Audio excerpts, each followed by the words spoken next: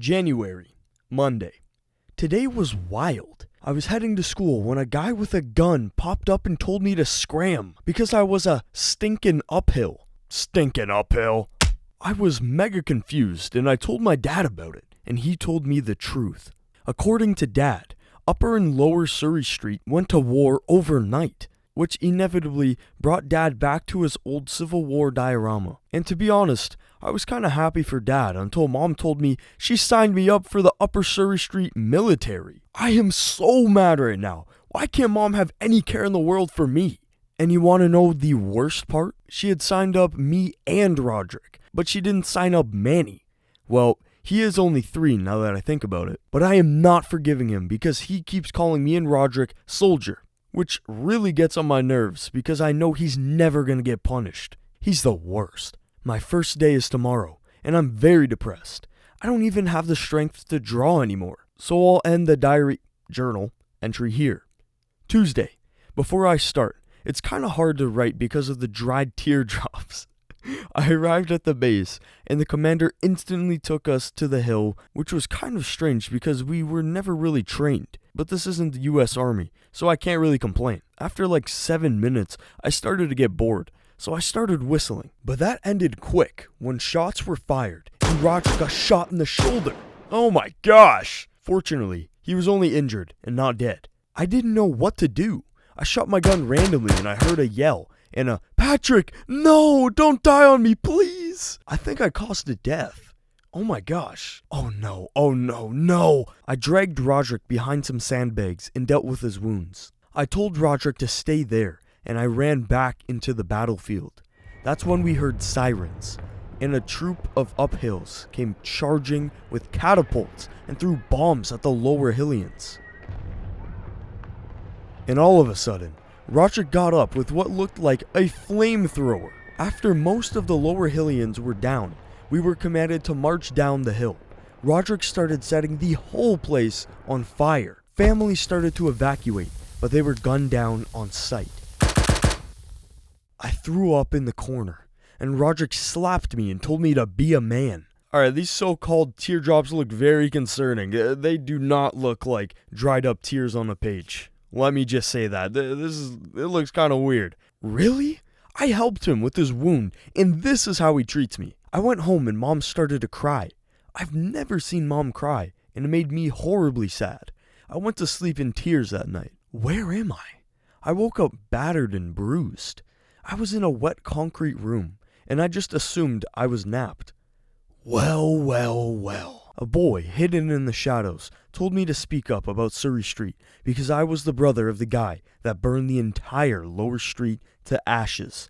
And then I cracked. I told him everything. I'm a snitch. I was released and I went back home where I found out it was about 4:40ish, Wednesday.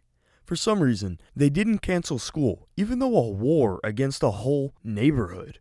And I realized that the building felt empty. Sure, not every student was from Surrey Street, but a good portion of them were. And a lot of them are, well, dead. Riley was petrified walking to school. I don't blame him, but I kept my cool. A few kids fought because they claimed they were ops. At lunch, Albert Sandy told us that the lowers were greater, and I socked him. I hate you! I tried to apologize, but Albert did not take it lightly. You see that thing near Albert? That's the knife he used to stab me. I was instantly rushed to the hospital where my wound was treated. Albert was sent to juvie in Boston. Dude, forget juvie. Going to Boston is a punishment in itself. I was sent home for the day, but then a knock on the door came. Hello, friend? Oh, heck no. Fregley is the last person I'd like to see right now. He said he has some good news about the war.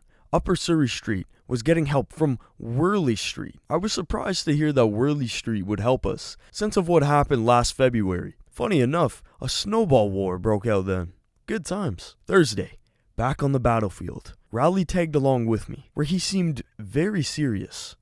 Strange. I asked him if something was wrong, and he just sighed and said he wasn't a kid anymore. Not a kid anymore, Heffley. Wow. That hurts. And the next part is blocked by whatever's about to happen, so I'm just going to try my best to fill in the blanks. But I'm proud that he's grown a bit.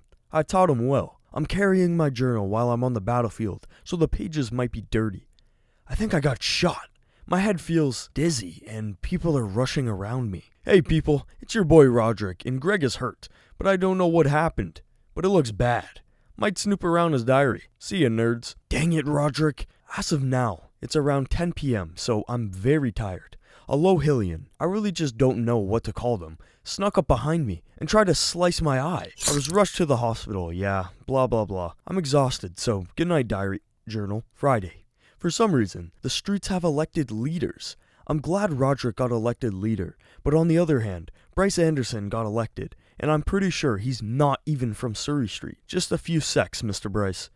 Give me a kiss, please. And now everyone at school is harassing us uphillians. When I arrived to my science class, I didn't see Rowley. I asked to use the bathroom, and the teacher let me go after calling me a slur.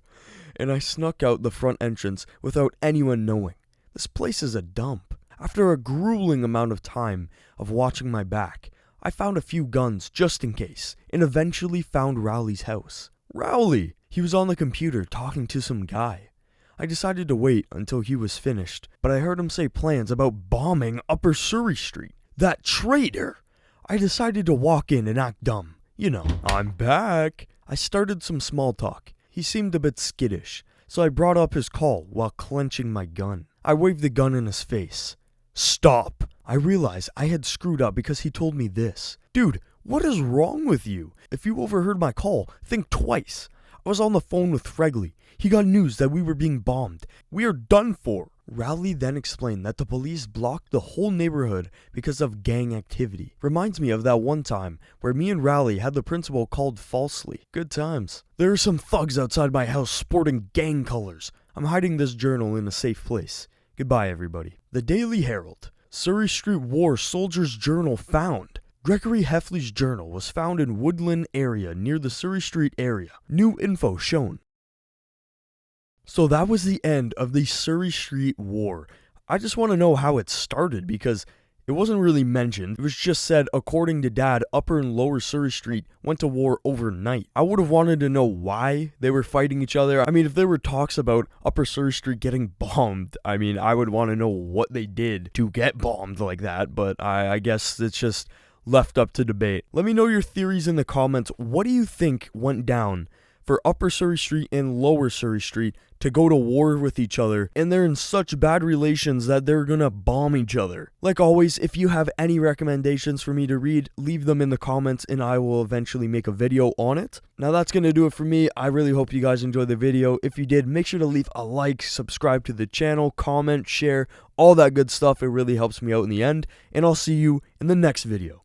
Take care, guys. Have a great rest of your day.